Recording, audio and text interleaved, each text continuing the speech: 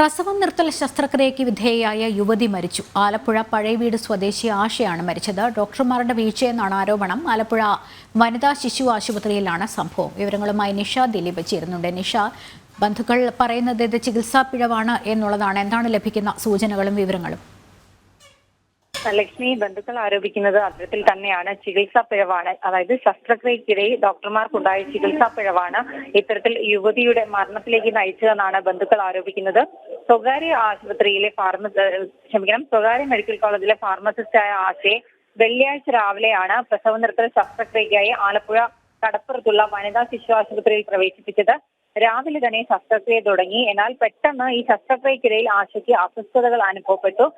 തുടർന്ന് ഡോക്ടർമാർ ഹൃദയാഘാതം ഉണ്ടായതായി അറിയിച്ചു. ബന്ധുക്കൾ പ്രതിഷേധിച്ചതോടെ 3/4 മണിക്കൂറിന് ശേഷമാണ് കടപ്പുറത്തെ ആശുപത്രിയിൽ നിന്നും ആശയെ വണ്ടാനം മെഡിക്കൽ കോളേജ് ആശുപത്രിയിലേക്ക് മാറ്റിയത്. ഇവിടെ ഗുരുതരമായ നിലയിൽ ചികിത്സയിലിരിക്കെ ഇന്ന് വൈകിട്ട് 6:30യോടെയാണ് ആശ മരിച്ചത്. എന്തായാലും ഈ ലാപ്രോസ്കോപ്പിക് സർജറിക്ക് സാധാരണ സങ്കീർണതകളൊന്നും ഉണ്ടാകാറില്ല. അതുകൊണ്ട് തന്നെ ഈ കടപ്പുറം വനിതാ ശിശു ആശുപത്രിയിലെ ഡോക്ടർമാരുടെ അനാസ്ഥയാണ് മരണത്തിന് കാരണമെന്നാണ് ബന്ധുക്കൾ ആരോപിക്കുന്നത്. എന്തായാലും ഈ സംഭവത്തിൽ ജില്ലാ ലീഗൽ സർവീസ് അതോറിറ്റി കടപ്പുറം വനിതാ ശിശു ആശുപത്രിയിലെ സൂപ്രണ്ടിൽ നിന്ന് റിപ്പോർട്ട് തേടിയിട്ടുണ്ട്.